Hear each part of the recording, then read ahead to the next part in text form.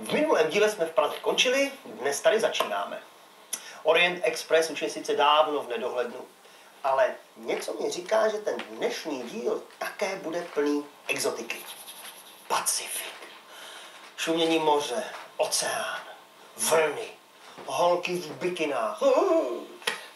Vybavení mám, šnorchl, svačinu, ploutve, můžeme vyrazit. Jenom si tak říkám, od kdy se k Pacifiku jezdí z nádraží Praha-Braník. Pošle.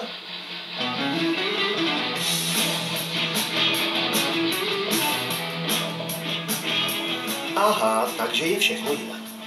Ve scénáři totiž čtu střední Čechy, železniční trať na dno Želivky, přírodní areál skanzenu Solvejovy lomy v Českém Krasu, muzeum českých drah v Lužné u Rakovníka a zahradní železnice Zásmucka.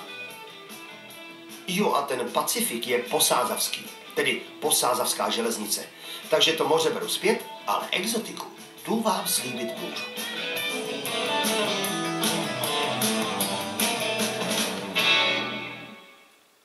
Posázavská železnice, vybudovaná v letech 1882 až 1903, v celé své délce má 157 km. Byla vybudována jako několik samostatných staveb. Úplně první stavba byla z Prahy Vršovic do Modřan. Byla to vlastně jakási vlečka, která měla za úkol zásobovat cukrovou řepou cukrovar Modřany. Název posázavský Pacifik vzniknul v době po první světové válce, kdy vlastně divoký kraj v Posázaví objevili trampové, kteří zde vyráželi na víkendy a lidově si železnici nazvali posázavský Pacifik. Na tramp se většinou vyjížděl odtud, z nádraží Praha-Braník, a to až v sobotu odpoledne. Jestli pak víte proč? No, protože tehdy se ještě v sobotu pracovalo. Pěkný oprut, co? Když mě napadá, my workoholici, co děláme 7, 8, 9 i 10 dní v týdnu, bychom se na Sázavu a do osady asi nikdy nedostali. Nádhera.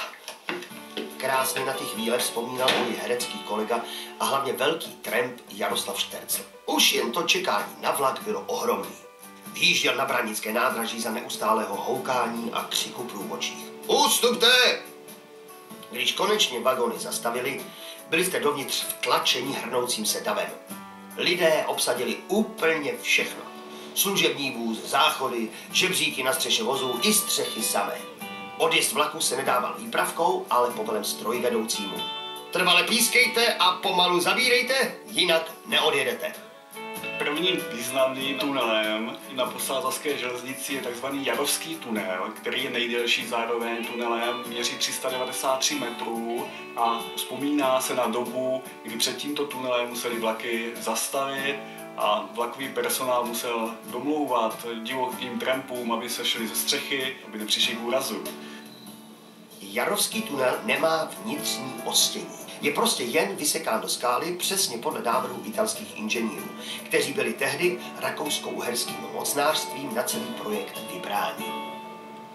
Osobně v tomhle tunelu jsem jezdil v rychlosti 10 km hodině, což bylo dosti zdlouhavé a to bylo z důvodu bezpečnosti, jelikož padaly velké kameny ze stropu, tak aby bylo možnost před touhle překážkou zastavit. V roce 2007 byla investice do tohle tunelu a tunel byl zabezpečen tak, že dnes je tam klasická povolená rychlost 50 km hodině.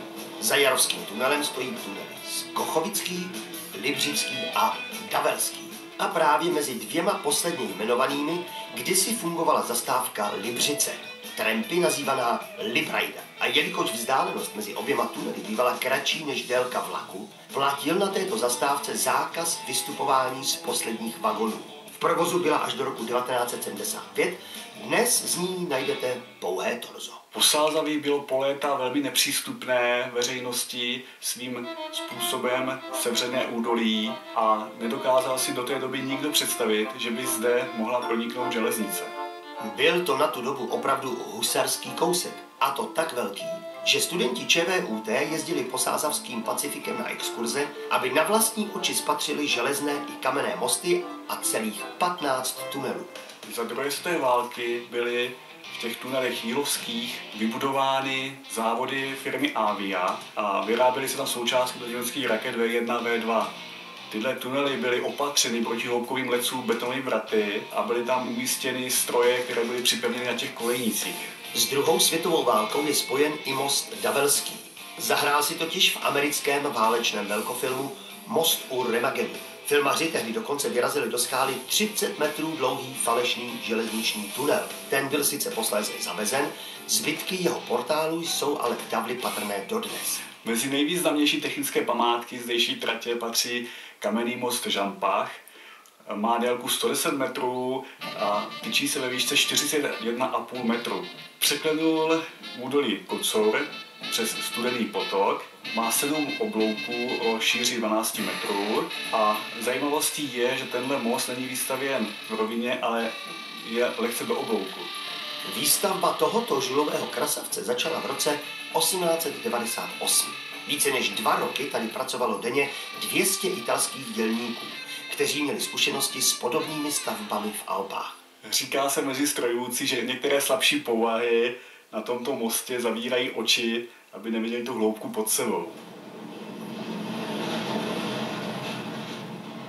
Řeknu vám, že projížďka po Žampašském viaduktu je opravdu velký zážitek. Jenom pro vaši představu, Žampašský viadukt je jenom o metr nižší než Nuselský most. No a tady cestu posázavským Pacifikem končíme. Nazdar. A vydáme se za dalším železničním tajemstvím. Rovnou po hlavě. Samozřejmě, že ne do Nuslí, ale do Želivky a až na dno. Dneska se tam sice koupat nesmí, ale dřív tam pod ně jezdil dokonce i vlak.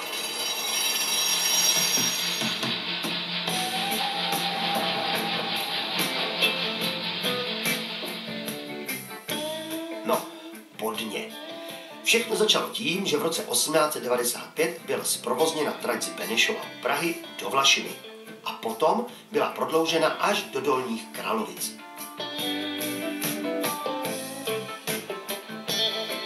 Po roce 1902 jezdila tedy Vlašimka až do Dolních Kralovic. Tento čas trval zhruba do 60. let, kdy se rozhodlo o stavbě vodního díla Želivka-Švihov.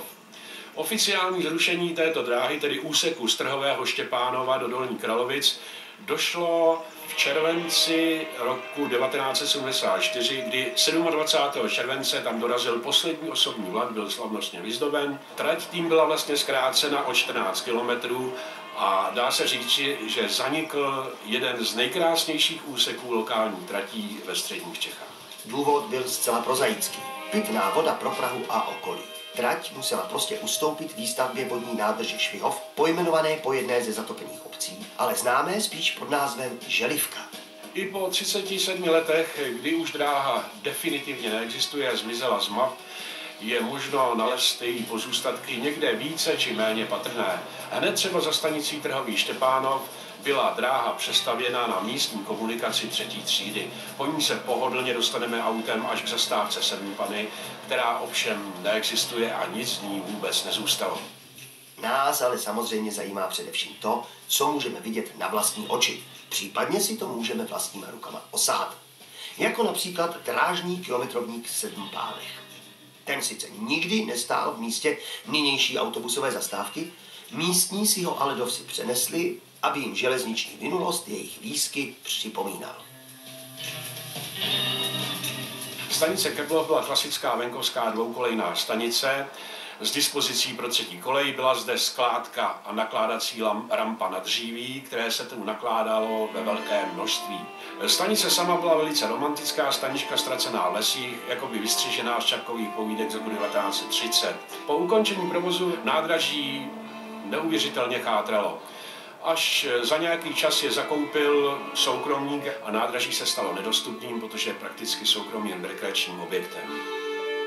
A za Keblovským nádražím je v lese opět rozpoznatelné těleso bývalé trati, které nás dovede až k chloubě zaniklé železniční cesty ke Kamennému mostu. Bohužel se nachází v pásmu hygienické ochrany 1. stupně vodního díla Želivka, takže je tam zákaz vstupu. A přes ten vlak nejede. Bez obav z případné pokuty si ale viadukt můžete prohlédnout ze silnice mezi Keblovem a Bernarticemi. A propos Bernartice, pojďme se tam na chvilinku mrknout. Čeká nás tam další železniční tajemství. Řekněte mi jednu věc, kde tady se vzal ten kilometrovník? Jsme přece v Bernarticích, téměř uprostřed obce. A já jsem se díval do jízdního řádu a Bernartice nikdy zastávka nebo železniční stanice nebyly. No, to je taková trošku zamotaná historie. Tenhle ten kámen, který zde vidíte, jakýsi chatař přestěhoval sem do Bernartic. I když to zcela postrádá logiku, protože Bernartice, jak víte, v jízdním řádu nebyly. Ano. Jo?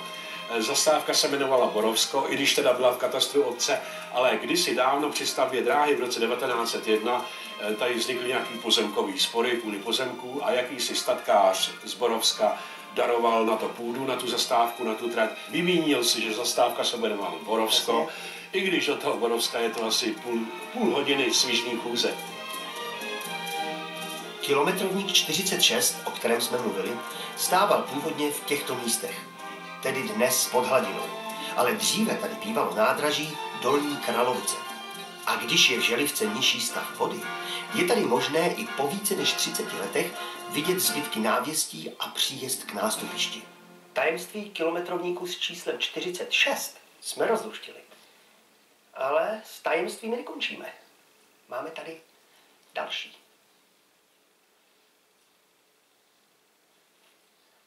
O necelé 4 kilometry dál jsme našli kilometrovník s číslem 45. Teď mi to vysvětlete. V tomto kraji to vypadá, že každý, kdo chce, má svůj kilometrovník, svůj šutr před barákem s číslem.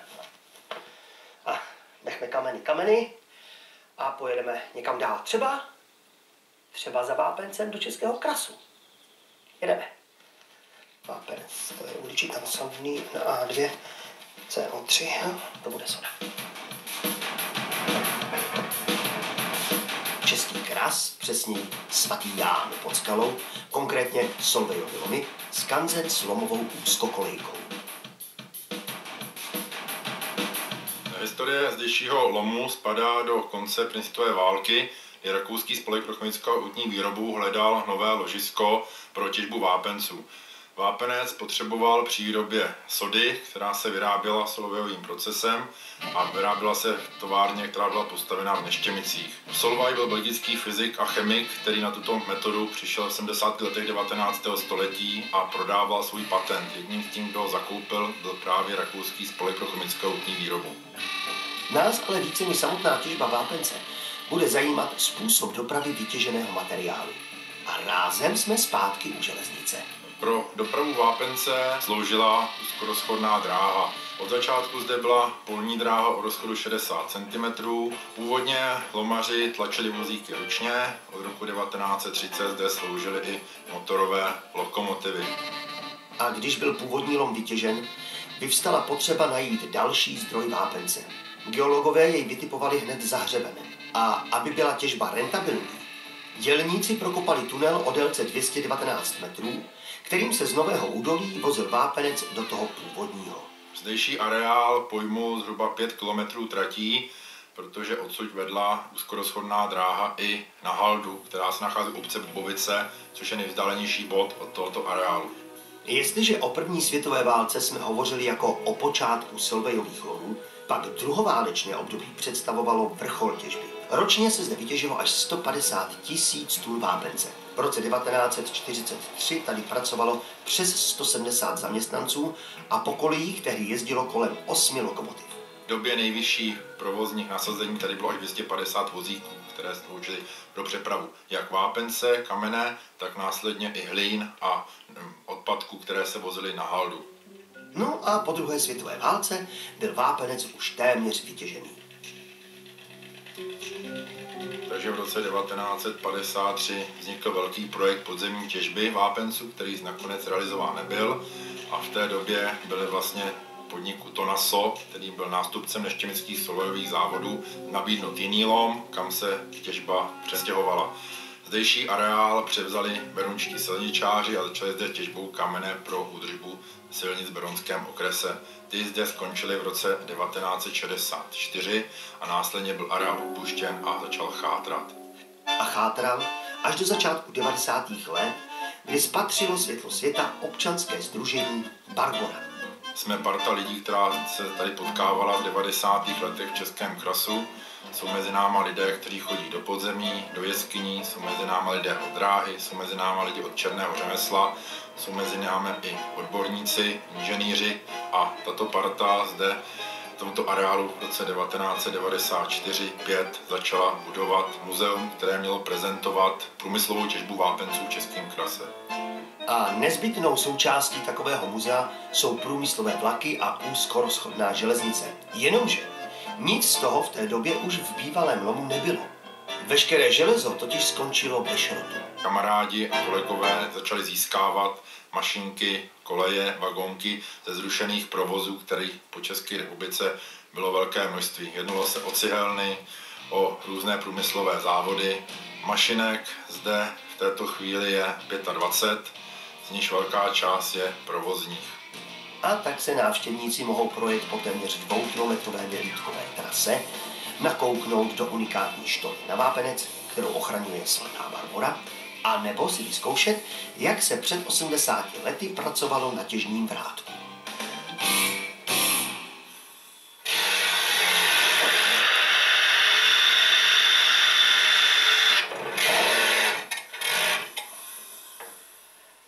Tady v Solvejových lomech mají nejenom neuvěřitelnou sbírku lomových vlaků, ale také takovýhle vláček. A ten je důlní. O něm mi hodně vyprávěl Tonda Maděra, jak ve zdivočelé zemi na něm kutal rudu pro soudruhy. Jo, dobrá doba. No nic, ale opustme skanzen a pojďme do muzea. Zvu vás na projížďku všudy bylkou. A to je ono. Tendrová parní lokomotiva vyrobená roku 1925 v továrně Českomoravská Konven. Byla určena pro lehké rychlíky a osobní vlaky. Dosahovala rychlosti až 90 km za hodinu. Vážila 85 tun a její výkon byl 1150 koní. V provozu patřily tyto lokomotivy k nejzdařilejším. Nevykazovaly téměř žádné poruchy, byly spolehlivé, rychlé a úsporné. Svou přezdívku Všudybylka si získala právě díky masovému rozšíření na českých drahách. A konkrétně tato mašinka má v současnosti svůj domov v depu historických vozidel v Lužné u Rakovníka. Muzeum českých drah v Lužné u Rakovníka jsme vlastně největší železniční muzeum v České republice. České dráhy zde mají na 25 parních lokomotiv, 15 motorových vozů a motorových lokomotiv a na 50 osobních a nákladních vozů. Kromě toho je tady i úzkorozchodná železnice z bývalé huti Poldy Kladno, která právě slouží pro naše nejmenší návštěvníky. Z Lužné vyrážejí během celého roku na nejrůznější akce historické soupravy vlaků tažené parními lokomotivami. A o víkendech při zahájení a ukončení sezóny se můžete z Prahy dorazit zvláštním historickým vlakem taženým parní rychlíkovou lokomotivou. Pro ty velké návštěvníky máme tady spoustu zajímavostí. Prakticky je zde zachycen průřez veškeré infrastruktury železnice, ale nejvíc lákají samozřejmě parní lokomotivy. Většina lokomotiv prakticky zachycuje průřez České konstrukční školy, ale jsou tu i starší lokomotivy. Nejstarší lokomotiva naše je z Národního technického muzea, je to lokomotiva od firmy Krauss-Maffei z roku 1876. Samozřejmě nesmíme zapomenout na slavné Mikado z roku 1937, která byla představitelem vrcholu České konstrukční školy za první republiky. A pak je to naše nejmodernější tendrová lokomotiva řady 477 Papoušek. Ačkoliv se to dnes nezdá, některé z vystavených parních lokomotiv v časech své aktivní služby jezdily až 160 km rychlostí. Vzdálenost Bratislava-Praha dokázali urazit stejně rychle jako dnešní Pendolino. A ku příkladu jejich časový rekord na trati Praha-Karlovy Vary nebyl dodnes překonán. Jedním z nejvzácnějších exponátů, který se nachází v našich sbírkách, je z majetku Národního technického muzea v Praze. Je to vlastně parní motorový vůz Komárek. Je to ojedinělý exponát z roku 1906 od firmy Rinkofer a Komárek Vín a sloužil vlastně na místních drahách pro osobní dopravu. Je to opravdu evropský unikát. V celé Evropě se zachovaly pouze 3 kusy. Skutečně impozantní sbírka lokomotiv a vozů je tady v Lužné rozmístěna kolem funkční točny a je to pokoukání, z něhož by se jednomu mohla zatočit hlava. V takovém případě to chce trochu si od železnice odpočinout a vydat se někam do přírody, nebo aspoň na zahradu, i když i taková zdánlivě obyčejná zahrada může skrývat nějaké to tajemství. V roce 1997 jsme začali s výstavbou tratí zahradní železnice. Původní potřebou byla přeprava zahradních substrátů, vody pro zalejvání rostlin, ale to samozřejmě všechno byla jenom taková rouška k zastření toho splněného klukovského snu, prostě mít svoji vlastní železnici a vozit se vlakem, který je schopen uvízt i dospělí lidi. Že? Dnes se tady mezi stanicemi Ohniště, Rybník, Chvatliny, Dobešov, Krucemburk, Chvatelská Smoleč, vlečkami Kompost a Srub, zastávkou na Mítince, Vrata a odbočkou Mosty prohánějí Ontario Express nebo rychlík Jára Cimrmana. Pozorný návštěvník si zajisté všimne toho, že mnohé názvy nějakým způsobem korespondují s velkou železnicí, nebo jsou nějakým způsobem odrazem jakési recese nebo něčeho takového. To samozřejmě pochází od toho, že drtivá většina z nás jsme zaměstnanci normální železnice, takže z toho pramení možná takové to trochu odlehčení toho profesního zapojení a takové té každodenní rutiny. Vše ale není jen recese. Tato zahradní železnice se pyšní jedním středoevropským unikátem. My jsme vlastně průkopníky rozchodu 30 cm v České republice. V momentě, kdy jsme začali tento rozchod stavět, tak jsme netušili, že stejný rozchod v Anglii existuje, ale my jsme právě toto zvolili jako ten pro nás nejvhodnější. Menší rozchody nám připadaly příliš modelový a větší rozchody pro tehdejší prostory zahrady příliš veliký. Provoz je tady řízen jako na skutečné dráze, včetně existujících jízdních řádů i provozních předpisů. No a najdete tady úplně všechno, jako na normální železnici. Výhybky, semafory, samozřejmě vagóny, depo, tunel, nadjezd, dokonce i točnu. Prostě všechno jako na skutečné železnici.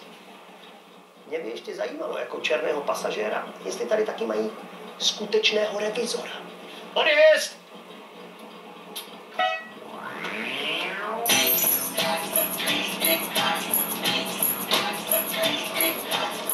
Zpočátku byla délka trati 110 metrů.